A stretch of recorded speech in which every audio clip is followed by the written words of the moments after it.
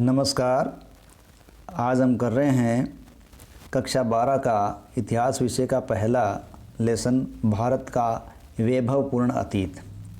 ठीक है, देखिए इतिहास के अंतर्गत या सभी सब्जेक्ट के अंदर कुछ न कुछ सिलेबस हटा दिया गया है। हम उन्हीं का अध्ययन कर रहे हैं जो हमारे एग्ज़ाम की दृष्टि से रखे गए हैं। ठीक है, तो देखिए भारत भूखंड एक पूर्ण भौगोलिक इकाई रहा है और विष्णु पुराण में उल्लेख मिलता है हमें कि समुद्र के उत्तर और बर्फीले प्रदेश के दक्षिण में, देखिए यहाँ संकेत क्या लगाया है, समुद्र के उत्तर में यानी हिंद महासागर के उत्तर में और बर्फीले प्रदेश के दक्षिण में यानी हिमालय के दक्षिण में जो प्रदेश है उसका नाम भारतवर्ष है और हम भारतीय उसकी संतति है। हमारे देश का जो अधिकांश भाग है वो उष्णकटिबंधीय वातावरण के अंतर्गत आता है। अब उत्तर में हिमालय पर्वतीय क्षेत्र है जिसमें बल्ख, बदख्शां, जम्मू कश्मीर, कांगड़ा, टिहरी गढ़वाल, कुमायूं, नेपाल, सिक्किम, भूटान, असम व हिमालय की ऊंची पर्वत श्रेणियां इसके अंदर उत्तर में सम्मिलित हैं। अब पश्चिम की बात करें तो पश्चिम दिशा की ओर हिंदू कुश, सफ़ेद को है, तुर्कमान, कीर्त प्रवेश श्रेणियाँ हैं और ये पर्वत श्रेणियाँ उत्तर से दक्षिण की ओर फैली हुई है जिसके कारण ये पश्चिमी क्षेत्र से अलग हैं। ठीक है, नेक्स्ट हम देखते हैं भारतीय इतिहास की जानकारी के स्रोत। देखिए इतिहास के अंतर्गत मानव का संपूर्ण अतीत शामिल होता है और ये अतीत किसी भी क्षेत्र से संबंधित हो, चाहे वो विज्ञान से संबंधित हो, चाहे वो अर्थशास्त्र का क्षेत्र रहा हो, चाहे वो समाज का क्षेत्र रहा हो, चाहे वो राजनीति का क्षेत्र रहा हो, चाहे वो धर्म और दर्शन का क्षेत्र रहा हो। जो अतीत में किसी भी क्षेत्र में जो कार्य किया गया वो क्रियाकलाप इतिहास की श्रेणी में आएगा जो अतीत में हुआ है। अब अतीत में मानव के जिन क्रियाकलापों को हम तथ्यों के आधार पर विश्वास के साथ प्रमाणित कर सकें उन्हें ही हम इतिहास में रख सकते हैं। क्योंकि हम अतीत को प्रत्यक्ष रूप से नहीं देख सकते, केवल हम उसके विषय के अंदर जो हमारे पास स्रोत है, जो हमारे पास साक्ष्य हैं, उनके आधार पर हम इतिहास का निरूपण या निर्माण कर सकते हैं। और वर्तमान में जो इतिहासकार है, ध्यान रखें, वर्तमान का इतिहासकार केवल अतीत की घटनाओं की जानकारी नहीं देगा बल्कि वो उसके पीछे कारणों की भी जांच पड़ताल करेगा। यानी आज का इतिहासकार अतीत की केवल घटनाओं की ही जानकारी नहीं देगा, वो उस घटना के पीछे होने वाले कारणों की भी जांच करेगा। क्योंकि इतिहासकार का मानना है कि जो घटना हुई है उसके कारण है उनके मूल में मानव के आंतरिक मनोगत भूमिका होती है। बिल्कुल सही है, कोई भी घटना है कारण है उसके मूल में मानव के आंतरिक मनोगत की भूमिका होती है। और इतिहासकार का काम क्या है, इतिहासकार का मानव संस्कृति का अध्ययन करना मुख्य उद्देश्य होता है। तो वो इस प्रकार पूरी जांच पड़ताल करता है। अतीत की गतिविधियों की जानकारी प्राप्त करने के लिए इतिहासकार अनेक साधनों का इस्तेमाल करता है और ये साधन को स्रोत, साक्ष्य या प्रमाण कहा जाता है। ठीक है, और इन्हीं प्रमाणों के आधार पर वो क्या करेगा, इन्हीं प्रमाणों के आधार पर वो इतिहास का निर्माण करता है। ठीक है, तो अब वो इनका इस्तेमाल करके इतिहास का निर्माण करेगा और वो एक विश्वसनीय इतिहास को तैयार करेगा जो प्रमाण उसे मिलेंगे उनके आधार पर। इसलिए हम कह सकते हैं कि इतिहासकार इतिहास की पुनः रचना करता है। ठीक है, इतिहासकार इतिहास का पुनः रचनाकार होता है। इतिहास की उन्हीं घटनाओं को तथ्यों के रूप में वो स्वीकार कर सकता है जिसको वो साक्ष्यों और प्रमाणों के द्वारा सिद्ध कर सके। ठीक है, इसीलिए इतिहासकार का मूल मंत्र क्या है, नामूलम लिखते किंचित। ठीक है, यानी इतिहासकार का मूल मंत्र क्या, नामूलम लिखते किंचित, अर्थात बिना मूल या आधार के कुछ भी नहीं लिखना चाहिए। यानी कहने का मतलब है हमारे पास मूल या आधार होना चाहिए किसी विषय से संबंधित, तब भी हम लिख सकते हैं। ये इतिहासकार का मूल मंत्र है, नामूलम लिखते किंचित। भारतीय इतिहास की जानकारी के स्रोतों को हम मुख्य रूप से दो भागों में बांट सकते हैं। यानी भारतीय इतिहासकारों ने भारत के इतिहास का जो निर्माण किया है उसके पीछे जो स्रोत हैं उन स्रोतों के अंदर साहित्यिक स्रोत और पुरातात्विक या पुरालेखीय स्रोत है। अब साहित्यिक स्रोतों की बात करें तो प्राचीन भारतीय इतिहास की जानकारी के जो साहित्यिक स्रोत हैं हम उनको फिर 3 भागों के अंदर बांट सकते हैं, जिनके अंदर पहला आता है धार्मिक साहित्य का स्रोत, दूसरा धर्मेतर साहित्य का स्रोत और तीसरा आता है वंशावलियाँ। इस प्रकार 3 स्रोतों को हम देख सकते हैं। अब पहला स्रोत है वो है साहित्यिक स्रोत, और साहित्यिक स्रोत के रूप में पहला कौन सा है? धार्मिक साहित्य। ठीक है, देखो धार्मिक साहित्य है वो ब्राह्मण साहित्य, बौद्ध साहित्य, जैन साहित्य, इस प्रकार धर्म से संबंधित है। ठीक है, तो सबसे पहला ब्राह्मण साहित्य। देखिए ब्राह्मण साहित्य की जब भी बात आती है तो सबसे पहले नाम आता है वेद का। ठीक है, यानी ब्राह्मण साहित्य में सबसे प्राचीन ग्रंथ है वो है वेद, और वेद के द्वारा हमें संपूर्ण आर्य सभ्यता, संस्कृति आदि की जानकारी मिलती है।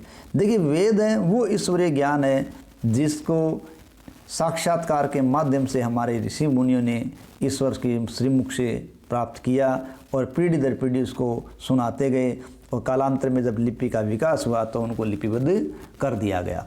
तो ये वेद हैं। ठीक है, तो ज्ञान के ये समृद्ध भंडार हैं। वेदों की संख्या 4 है, ऋग्वेद, सामवेद, यजुर्वेद और अथर्ववेद। ध्यान रखें जो ऋग्वेद, सामवेद और यजुर्वेद शुरुआत के 3 वेद हैं वो वास्तविक वेद कहलाते हैं, इनको वेद त्रय भी कहा जाता है।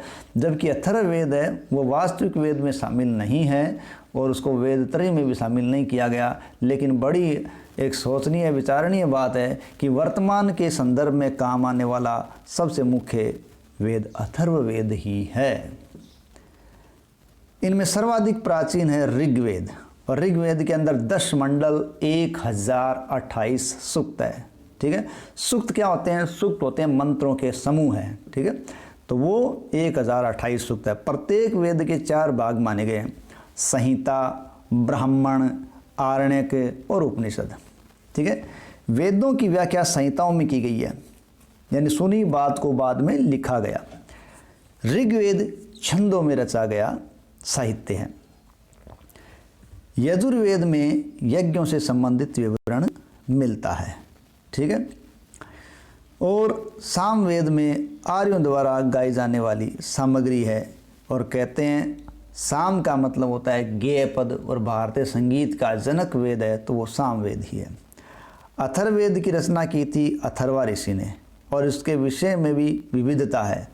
इसमें ब्रह्म ज्ञान, ब्रह्मशास्त्र, समाज, निष्ठा, औषधि का प्रयोग, शत्रुओं का दमन, रोग निवारण, तंत्र, मंत्र, प्रेम, वशीकरण, ठीक है, ये सभी चीज़ें इसके अंदर शामिल थे। आज वर्तमान लोक में इनकी आवश्यकता भी ज़्यादा है, इसलिए वर्तमान में ये वेद अधिक चर्चित है। ठीक है, अब इसके उपरांत यज्ञ और कर्मकांडों पर आधारित जो साहित्य रचा गया वो ब्राह्मण ग्रंथ कहलाए। ठीक है, यानी प्रत्येक वेद का अपना ब्राह्मण ग्रंथ है जो उसकी व्याख्या करता है, और यज्ञ और कर्मकांडों का साहित्य है। आरण्यक ग्रंथ, यानी आरण्य का मतलब होता है वन, यानी वनों में जिसकी रचना की गई। आरण्यक ग्रंथों में जिनकी रचना ऋषियों द्वारा की गई, वनों में की गई, वे आरण्यक है। और दार्शनिक विषयों का विवरण आरण्यक के अंदर प्राप्त होता है। उपनिषद, देखिए उपनिषद का मतलब होता है गुरु के समीप निष्ठापूर्वक बैठना। तो आरण्यक के अलग उपनिषद में गूढ़ विषयों और नैतिक आचरण नियमों की जानकारी है। ठीक है, यानी आरण्यक में दार्शनिक विषय हैं और वहीं उपनिषद के अंदर नैतिक आचरण नियमों की जानकारी मिलती है।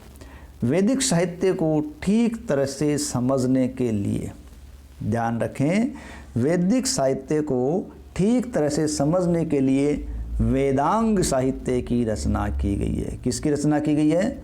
वेदांग। ठीक है, और ये जो वेदांग है उनके 6 भाग है। वेदांग के कितने भाग हैं? 6, और ये 6 भाग हैं शिक्षा, कल्प, व्याकरण, निरुक्त, छंद और ज्योतिष।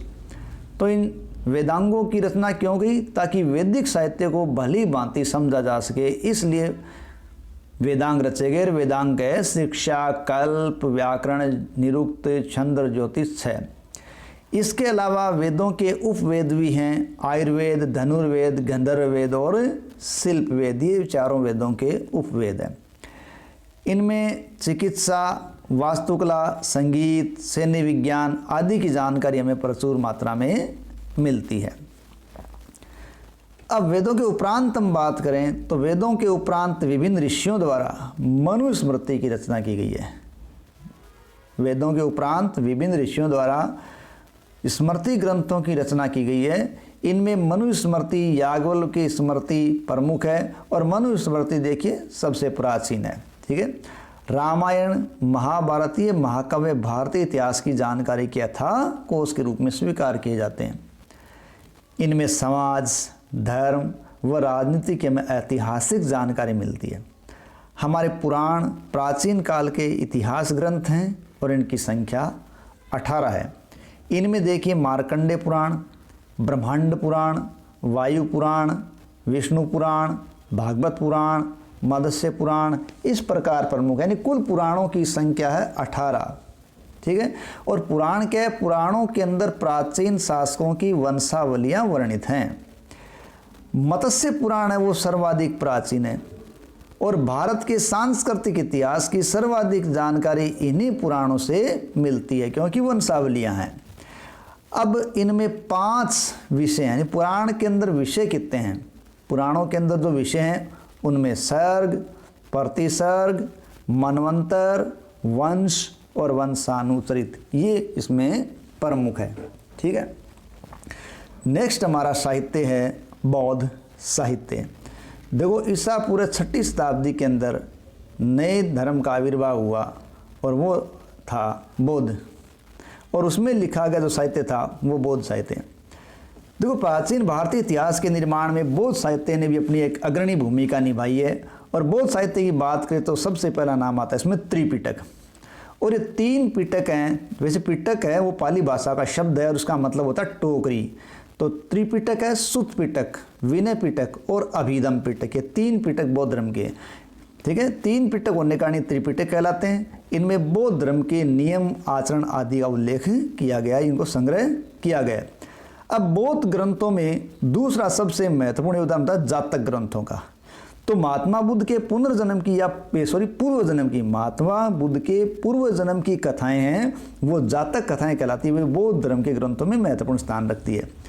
गौतम बुद्ध के पूर्व जन्म की कथाओं को तात्कालिक समाज, धार्मिक, आर्थिक आदि पक्षों की जानकारी मिलती है और इनकी संख्या 549 है। ठीक है, यानी 549 है किसकी संख्या? जातक कथाओं की संख्या। पाली भाषा के अन्य बौद्ध ग्रंथों में मिलिंद पन्नो, यानी ये प्रश्न है मिलिंद के प्रश्न, जो कि बौद्ध भिक्षु नागसेन ने मीनांडर द्वारा किए थे, प्रश्नों का संकलन है। तो मिलिंद पन्नो, दीपवंश, महावंश, ये जो रचनाएं हैं वो बौद्ध ग्रंथों में शुमार हैं। मिलिंद पन्नो में यूनानी आक्रमणकारी मीनांडर और बौद्ध भिक्षु नागसेन के मध्य वार्तालाप का वर्णन है। दीपवंश, महावंश में सिंहल द्वीप के इतिहास का वर्णन है। तो इस प्रकार ये बौद्ध साहित्य के प्रमुख स्रोत हैं। पाली भाषा के अलावा संस्कृत भाषा में भी बौद्ध ग्रंथ लिखे गए हैं। महावस्तु ग्रंथ गौतम बुद्ध के जीवन चरित्र पर आधारित ग्रंथ है, जबकि ललित विस्तार के लेखक ने गौतम बुद्ध को देवीय शक्ति के रूप में बताया है। किसमें? ललित विस्तार के अंदर गौतम बुद्ध को देवीय शक्ति के रूप में बताया। उनके अद्भुत कार्यों से संबंधित जीवन वृत्त उसके अंदर अंकित किया गया। मंजूश्री मूलकल्प, अश्वघोष का बुद्ध चरित्र, शोधरानंद काव्य से भी ऐतिहासिक जानकारी हमें मिलती है। ठीक है, इनमें गौतम बुद्ध के जीवन चरित्र और शिक्षाओं की जानकारी हमें प्राप्त होती है। बौद्ध ग्रंथ है दिव्यावदान। तो बौद्ध ग्रंथ दिव्यावदान में सत्कर्म और वीरोचित कार्य जो बुद्ध द्वारा किए गए उनका उल्लेख है।